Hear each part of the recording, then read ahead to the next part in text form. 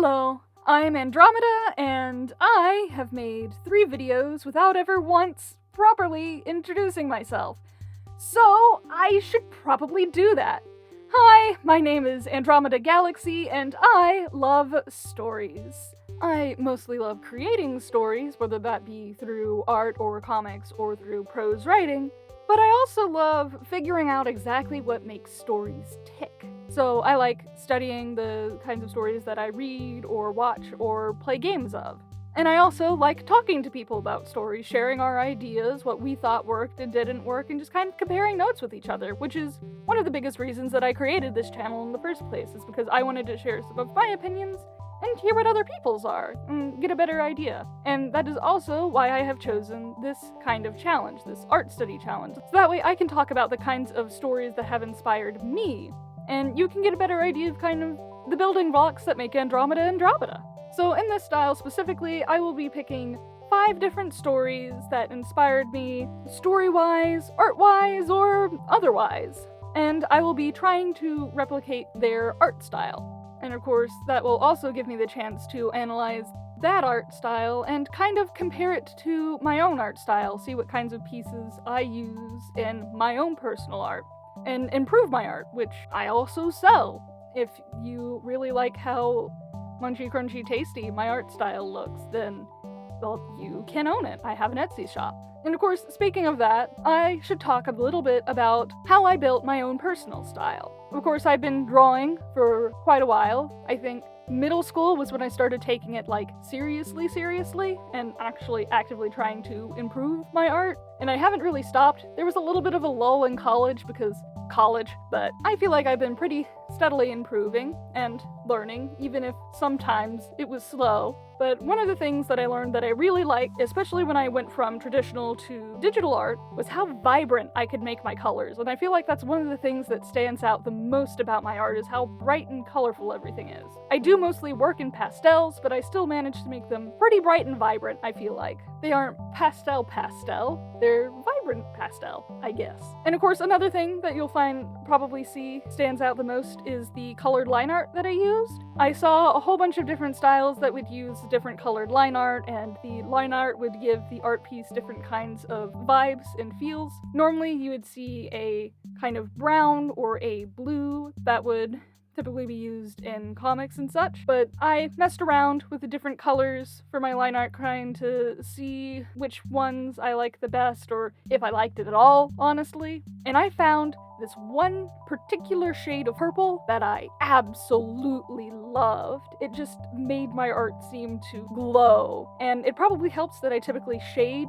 in the exact same color that I do the line art in. Sometimes it'll be a little bit different, especially on skin, it tends to be a little bit redder, but for the most part I shade in the same color as the line art, and I feel like that just really makes the art piece pop, and also makes the colored line art feel a little bit less out of place. Also, you will see as I render, I use shell shading style, and that is because I am impatient. I don't have the patience for any of the other painterly styles. I've also never really been able to grasp how they work, which you'll see how that goes later on in the challenge. But yes, I mostly use a shell shade style, and I'll usually go in afterwards with an airbrush, either to add in some highlights, make the art glow a little bit, or put a little bit of airbrush in the super dark areas to make the shadows feel even darker. And yeah, my end goal with my art is basically to just make it feel all bright and sparkly, and honestly, I feel like I kind of reached that. No, not kind of. I feel like I have definitely reached that. And yeah, sure, there's room for improvement, but there's always room for improvement, and I'm not unhappy with where my art is right now. So this is the results of my own personal art style. It will stand out pretty distinctly against the other art styles that I'm going to be trying today, but I don't think that's a bad thing. So we will be now moving on to the first art style challenge. And I will be kicking off this lovely, wonderful challenge with the art style of the Aurora webcomic, whose art you might recognize from the Overly Sarcastic Productions YouTube channel, which is drawn by Red from OSP. Now, I have been watching Red for ages, since little baby me was first introduced to wider internet culture and YouTube at large. and I watched her a lot for inspiration on my Pokemon fanfic. And so I've been following her for quite a while at this point. And so, of course, I was also following her on a couple of different social medias because they'd post just fun things about, like, thoughts on media and the research that she's doing, and, you know, just a fun time. And one day, Red posted about a webcomic that she had started called Aurora. So of course I had to read it. I had to know what kind of story someone who basically analyzes stories for a living would write. And if you've been watching Red for a while like I have, you're not going to be surprised by the type of story that you read. It's high fantasy, high action, it's a good time. All of the fun tropes, some of them played straight, some of them subverted, but it's a great time nonetheless. And I picked it up when she made that first announcement sometime in the first chapter. There were a couple pages already released, but I was already pretty hooked on it because I wanted to see what kind of story Red would tell. And I was following it along, having a pretty good time. Just kind of, you know, vibing with it, vibing with the characters. And then Chapter 5 came out, and we are introduced to Sictats McHuberus, aka Aaron Brunizer, who is my favorite type of character. He's an absolute arrogant bastard, and it's made worse by the fact that he's kind of right about it. And it's just, I am nomming on him. I am no longer normal about this story. I tune in every single day that it comes out, which is 3 times a week, and I am having a great time. Also, Aaron just makes the absolute best facial expressions, and, you know, it's just a fun time.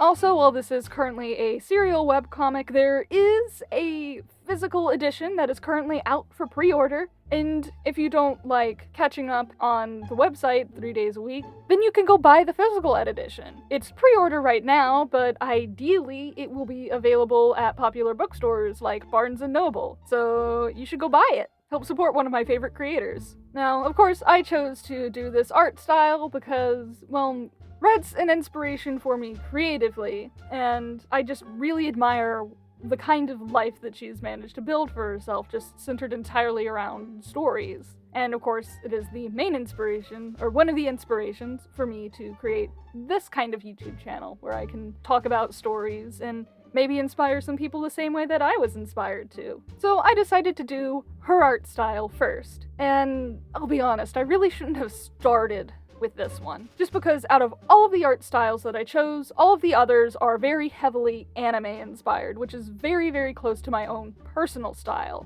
But Red's isn't. Red is very different from my own art style. And because it was simplistic, I thought it wouldn't be that big of a deal to mimic, but I really should have spent more time studying it. But, well, you live and learn. Just because an art style is kind of simplistic doesn't mean that it's going to be particularly easy to replicate, especially if it's vastly different from the art style that you're used to drawing in.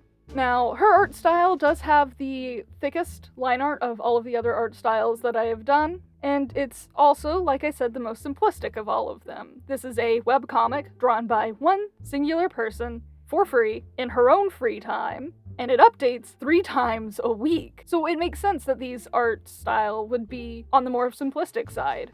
And it's to its benefit, because then you can give the characters very exaggerated facial expressions and have a lot of fun with the kinds of combat and such. And an interesting thing that I noted was how the eyes were drawn with 1 line, or sometimes 2 in cases where they needed to be a little bit more refined, or if a facial expression was particularly expressive.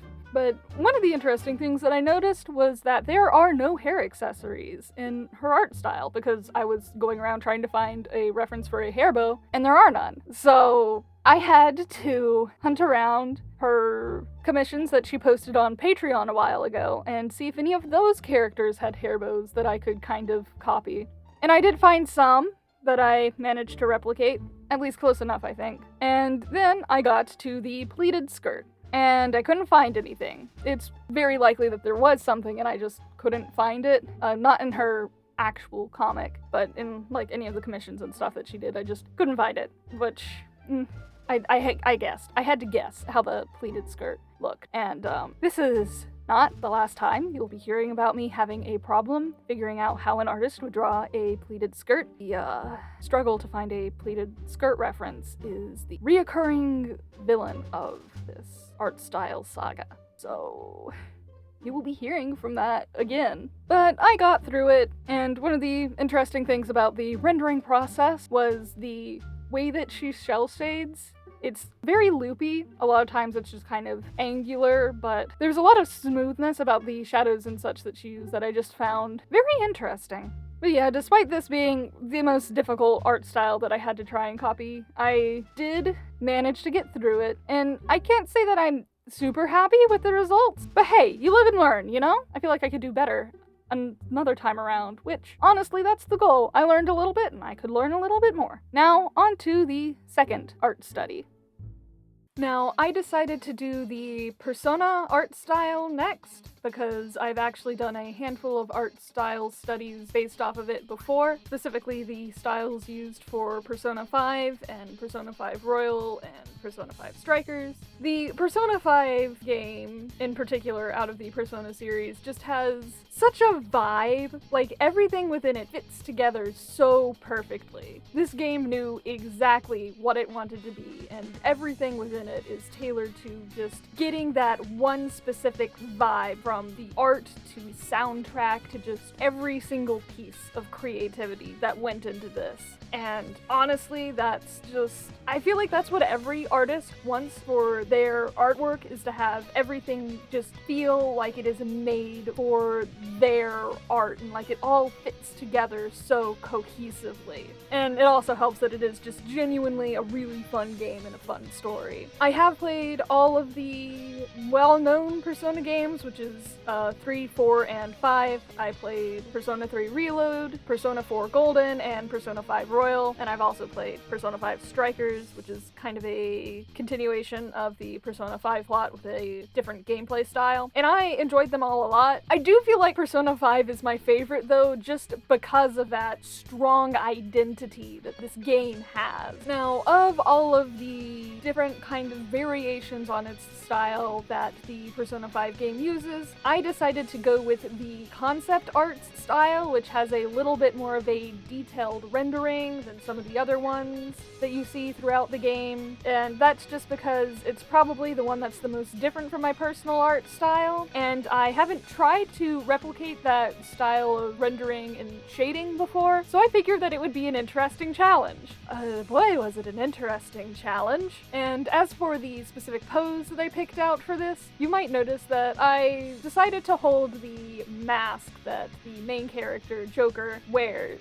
And that started off a trend where every single other pose in this style, I am holding something that has to do with whatever series I am currently drawing from. And it all started with me just going, I need to hold something in my hand. What should I hold? I'll just hold the mask, I guess. I was going to design my own mask, but this isn't a design challenge, so I just went with the one that the main character uses instead. And you might also notice, while you are watching this lovely, wonderful speed paint, that I erase and redraw and erase and redraw this lovely, wonderful pleated skirt that I am wearing at least 3 times. I think it might have even been 5, because I didn't struggle to find a reference for a pleated skirt, because I knew that this game has the characters in school, and of course Japanese schools have a dress code, and for women that typically means pleated skirt. But there was a small problem with the pleated skirt that all of the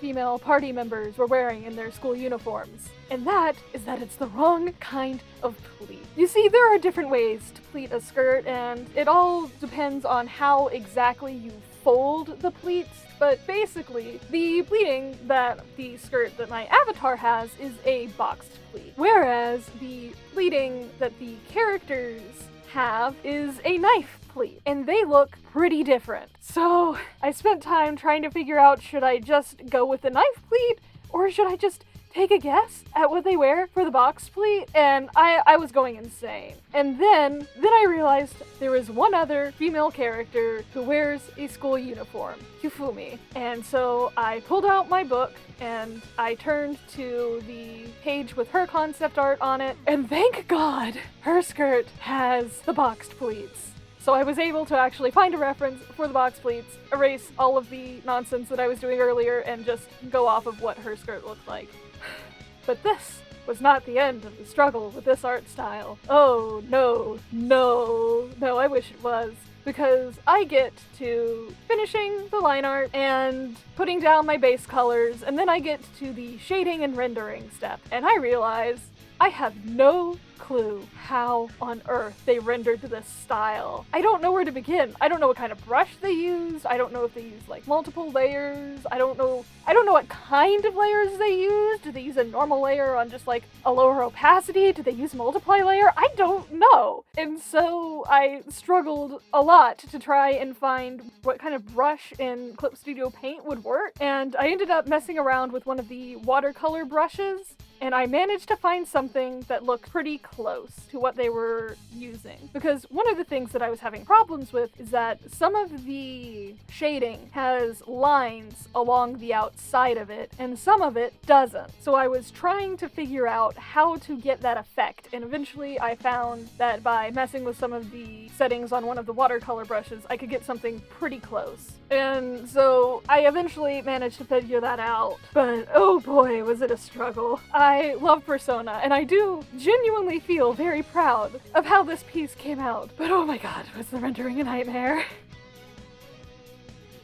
So for my third art style for this art style study that I am doing, I decided to do the style of Pokemon, which is a lifelong obsession of mine. I got Soul Silver when I was in elementary school, probably about 8, 9-ish years old, and it was complete with the Pokewalker. It was the year it released, the whole deal, and I have never recovered. My favorite Pokemon is Ponyta, and also all of the evolutions. I make it my goal in every single game to gather and evolve every single one of the evolutions, and I always make them the best team possible, and I have to take them through the Elite Four, except in Scarlet and Violet, where you cannot rematch the Elite Four. You can just take them through the Academy Ace tournament. And in addition to being a large yearly sink of my wallet, Pokemon is also responsible for being my introduction to the internet. And I don't mean that it was like the first time that I ever used a computer or anything like that, but I mean internet culture. See, I'd been writing for ages, but it was all entirely original stories. And one of my friends at the middle school that I went to was like, oh hey, there's this nice site that you can post stories that you write on called Wattpad. So I go onto Wattpad and I find the brilliant world of Pokemon fanfiction. Now, why it ended up being Pokemon specifically that I looked up first, I'm not entirely sure.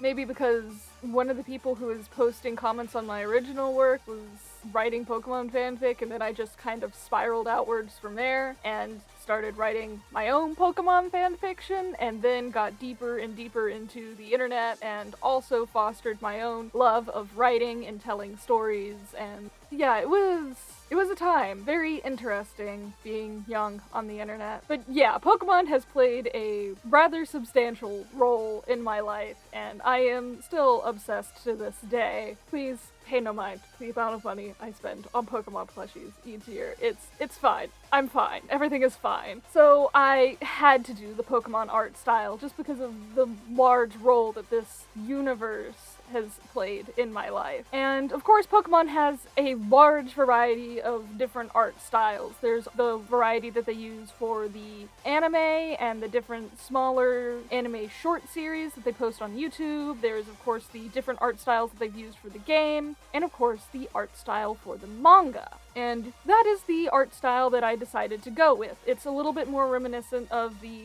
old school Pokemon. It's a little bit pointier, a little bit less rounded, the heads are a little bit bigger, but I decided to go with the Pokemon manga because honestly, I believe it's the best representation of the Pokemon world itself. Maybe not the best way to experience Pokemon, that would definitely be the games because of the immersive elements, but it's probably the best representation of the world that I have seen in a continuing series like this. Of course, one thing that people will always say about the manga whenever they're talking about it is, of course, how much darker it is than, like, the anime or the video games and things like that, and how they're willing to go so much farther, and, like, yeah, that does happen, but this is still a manga for children. It can't go too hard. Yeah, the Arbok got its head chopped off, but it's completely fine when Koga shows back up again, because I don't know, as long as its brain is intact, it can, like, regrow its tail or something like that. Basically what I'm saying is that, yeah, some of the darker elements that this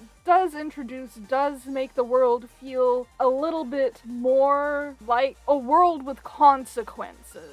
Like, yeah, if you get blasted by Charizard's flamethrower in the anime, nothing's going to happen. But if someone gets blasted by Charizard's flamethrower in the manga, that's a little bit more severe. They're probably not gonna die from it, but they won't have a good time. And I find that I prefer the more consequences heavy level of storytelling, especially because this allows trainers to be on the battlefield with their Pokemon. Not necessarily, well, sometimes they're fighting alongside each other, sometimes they're more just kind of trying to help their Pokemon gain a leg up, and it just feels more dynamic. There's more of that obvious bond between trainer and Pokemon than there is in the anime, where the trainer stands on the sidelines and shouts, "Dodge!" But yeah, I like the manga. I do highly suggest it, and that is why I decided to do that for the art style. Now, one thing that I noticed, I always notice the line art first whenever I'm studying a art style, and the main thing that I noticed about this is that it's the traditional inking, which makes sense. A lot of manga, even to this day, use traditional inking, but especially back then, this would have been released around the same time that Pokemon was first released, so like the 90s, digital art really wouldn't have been a thing back then. So it is traditional inking, and that means that it's a little bit different than what I'm used to when I am drawing on my tablet. So I had to mess around with pens, see if I could figure out something that kind of felt like it matched the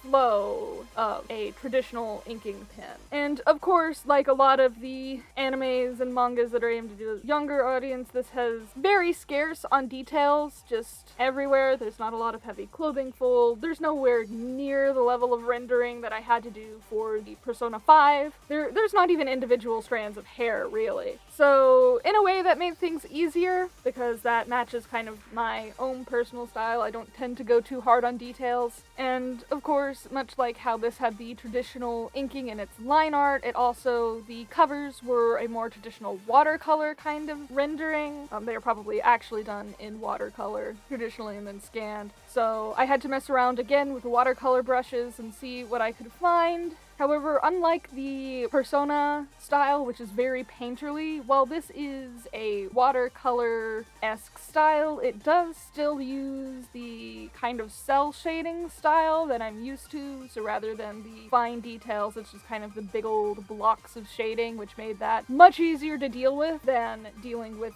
the Persona art style was. And of course, for the item that I am holding in this art style, I picked a Pokeball, because obviously. Specifically, the Pokeball that I picked is the Heal Ball, which is designed to completely heal the Pokemon that you capture in the ball, full health, cured of all status ailments, and fainting. And that's pretty useful early game. Also, it just has a really cute aesthetic, let's be honest, and it matched my trainer's outfit the closest. So yeah, this is the result of the art style challenge that I did for the Pokemon manga. If you haven't read it already, please do. And now we will be moving on to art style number 4.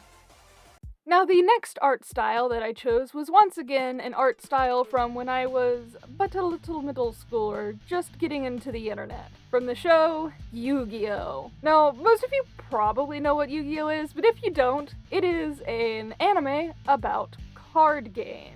Which might sound a little bit boring, but I can guarantee you that it's not. This show gets weird. Yu-Gi-Oh! Initially started out as a manga about a little Japanese boy who was possessed by the spirit of a some-odd thousand-year-old ancient Egyptian pharaoh who was the king of games and could use ancient Egyptian magic to do some weird stuff in anything that qualified as a game, which is how the shadow games in the series came about. And in one of the chapters of the manga, they introduced this game called Duel Monsters, which became so popular that it took over the plot of the entire rest of the manga and is now what the show is mostly known for. All of the stuff beforehand is known by fans as Season 0. And I also really just enjoy this show because I actually do quite like playing card games. I play the actual game. I run a Blue Eyes White Dragon deck because Look, I'm a Kaiba simp. What do you want from me? I have a fun time with the card game. I like the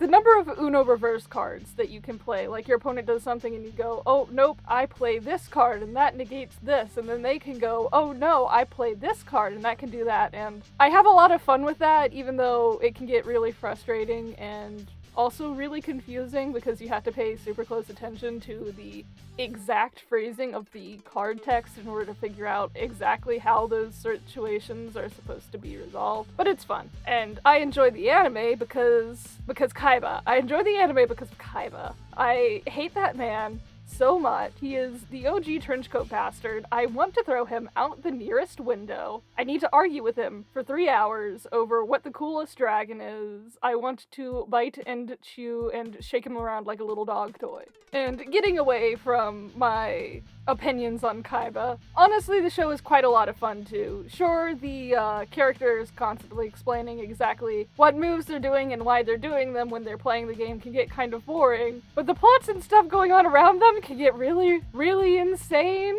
Like that one time in GX where all of the characters got sent to an alternate reality where the monsters they were playing with in the cards were real and they had to do some nonsense to get back and also got possessed. And also they were at a dueling school and the entire school also got teleported to this alternate dimension.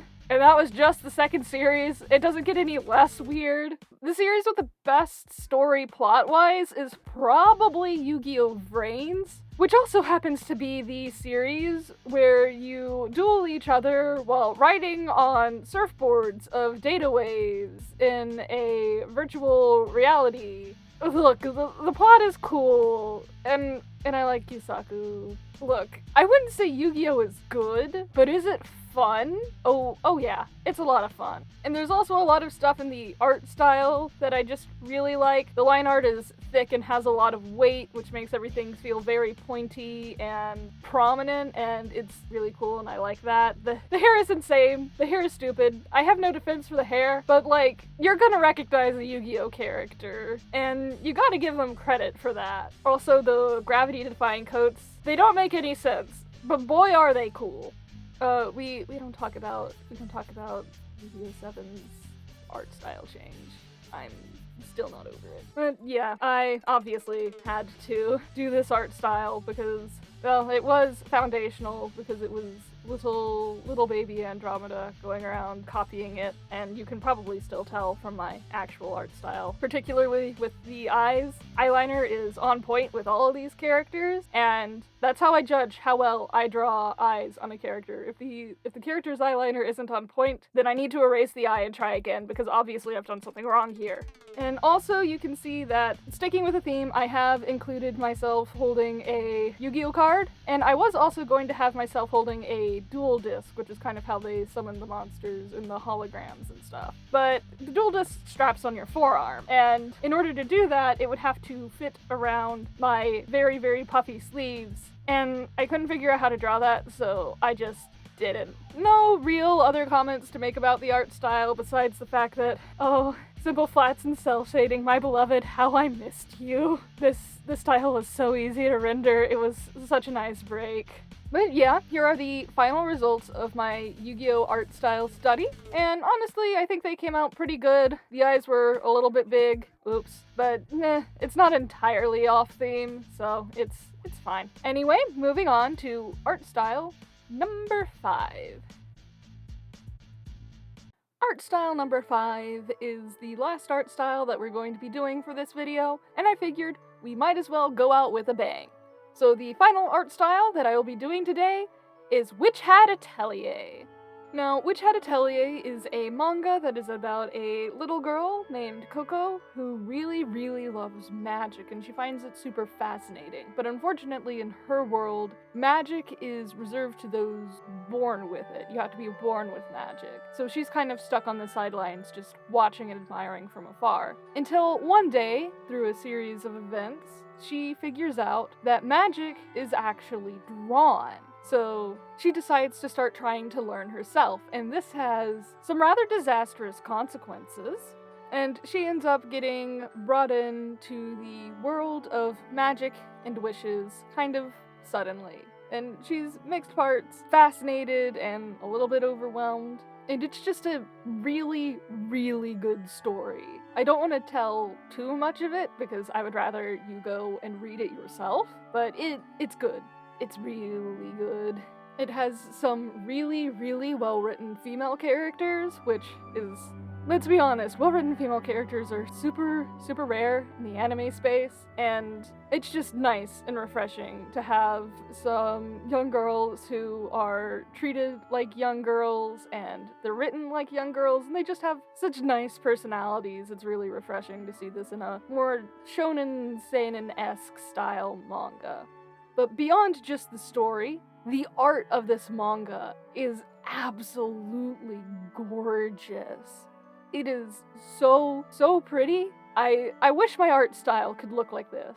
I don't have the patience to make my art style look like this, but it would be nice if I could draw with this kind of detail. So, of course, I had to try to mimic it. But one of the other most striking things is how deep of an understanding for paneling that Kamame Shirahama has. This manga has some of the coolest and most interesting uses of paneling that I've ever seen. And honestly, I don't think paneling is used enough in manga.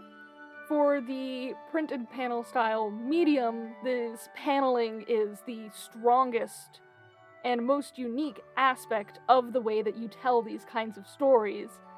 But a lot of people will just kind of throw a box around a scene, maybe add in an interesting angle and just sort of call it a day. And yeah, there are scenes where you're going to just basically have a series of boxes, but even for more dynamic scenes, they tend to rely more on splash pages of full illustrations rather than letting the paneling make the action or the intense scene work for it. But Shirahama has really figured out how to make paneling work, and honestly, even if you're not interested in the story, which you should be, but if you're an artist and you don't want to read, you can still just pick this up as an art reference, because this is a super, super good art reference. And if you're trying to figure out comics or paneling or just something along those lines to try and study, I do highly suggest picking up Witch Hat Atelier. And also, it's a good story, you should read it. As of this moment, it is only in manga form.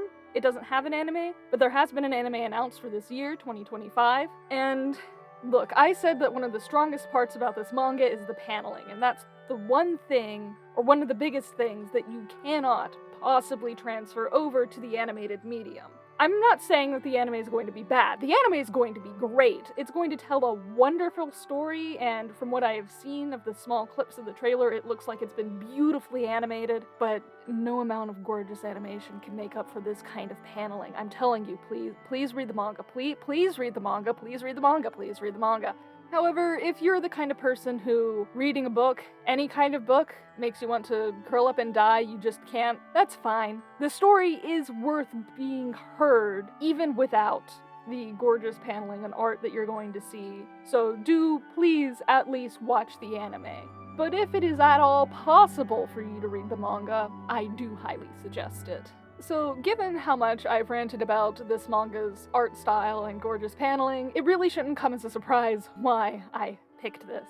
I want my art to look like this, or at least it's one style I would like my art to look like. So, obviously, I had to study it, figure out which parts of it I really liked, and which parts of it I could reasonably incorporate into my own style. And once again, because this is a manga, it has more than likely been drawn traditionally, so I had to spend a little bit of time figuring out which ink pen, again, would match kind of the flow that the ink used here would have used, making it feel a little bit more realistic.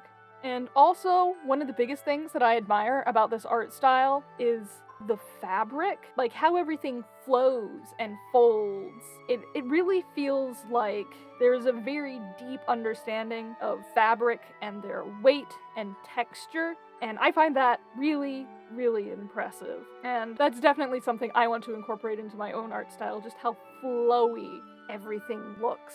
Also, we have witnessed again the return of the skirt struggle. Because this takes place in a more medieval kind of fantasy, no one wears pleated skirts. At least, no one I could find. They all wear these gorgeous, amazing, flowing tunics and capes, and Don't get me wrong, I wouldn't trade those for the pleated skirts, but it would be nice to have a reference. I did find the 5th anniversary art where the girls were dressed in cute little school uniforms, and once again, we have the return of it's the wrong kind of pleat. So I guessed. What else was I going to do? And I think I got close enough. And once again, mimicking the struggles that I had with the Persona 5 art style, I got to the rendering, which in this step actually came with the line art because the shading in this manga is done through hatching. Let me let you in on a little secret. I don't know how hatching works. Like, I understand the base concept. You use lines, and the denseness of the lines will indicate how dark or light something is. But that doesn't mean that I actually know how to use it. So yeah, it was yet another ride on the struggle bus. And at first I was trying to mimic the art style of Witch Hat Atelier as closely as possible, where they put their hatching and how thickly they do it. But at a certain point I just kind of gave up and did whatever felt right. Though, honestly, I feel like that was probably the correct approach. I ended up being pretty proud of how this turned out. And I mean, honestly, just look at it. I don't know if this is my absolute favorite piece that I've done, but it's definitely up there, at the very least tied with the Persona 5 piece. So here are the final results. And you know what? I'm pretty happy with them. I think I did a pretty good job for someone who doesn't know how hatching works. And that will conclude our art style challenge. So, what have we learned here at the end of our long and sometimes kind of torturous and frustrating journey? Well, number 1, do not give your characters pleated skirts. Oh my god. But seriously, I was kind of surprised how difficult it was to find a reference for pleated skirts. Especially considering how much of a staple they are in anime. Like, every single schoolgirl, pleated skirt. It's just how it works. I don't know if that's how Japanese uniforms actually are, or if that's an anime thing, you know? But yeah, I didn't expect it to be that hard to find different references. Also, one of the most notable things is that the biggest difference between these styles, or one of the biggest differences, was the eyes and face. Generally, the basic body shapes would be roughly the same. There'd be some with longer legs, or some with like thinner torsos, but in general they were all roughly the same. However, the faces and the size of the head and such could vary drastically, even for two styles that looked rather similar, like the Pokemon and Yu-Gi-Oh styles. And I guess that makes sense. The reason that the face is so prominent in anime styles is because it's used to make it more expressive. So it makes sense that people would use such a wide variety depending on kind of what tone or expressions they want to be accented the most. Though another thing that caught me by surprise was everyone draws bows differently. Like, I mean, a bow's a bow, you know? You wouldn't expect them to be drawn all that differently, but I think each and every one of these styles, the bow is drawn differently. And I was just kind of surprised by that. Though, of course, the biggest difference between these styles was the rendering. And of course that makes sense, because the rendering is also what makes the art piece look the most different as well. The most complete. And everyone does it a little bit differently. I've definitely taken some things that I've learned from some of the rendering that I've done here and are planning to incorporate it into my own style after I do a little bit more studying. Also, I still need to eat Witch Hat Atelier's art so that way I can just implant how fabric works into my brain. So, excuse me, I have some manga to eat. And then I'm gonna go take a nap.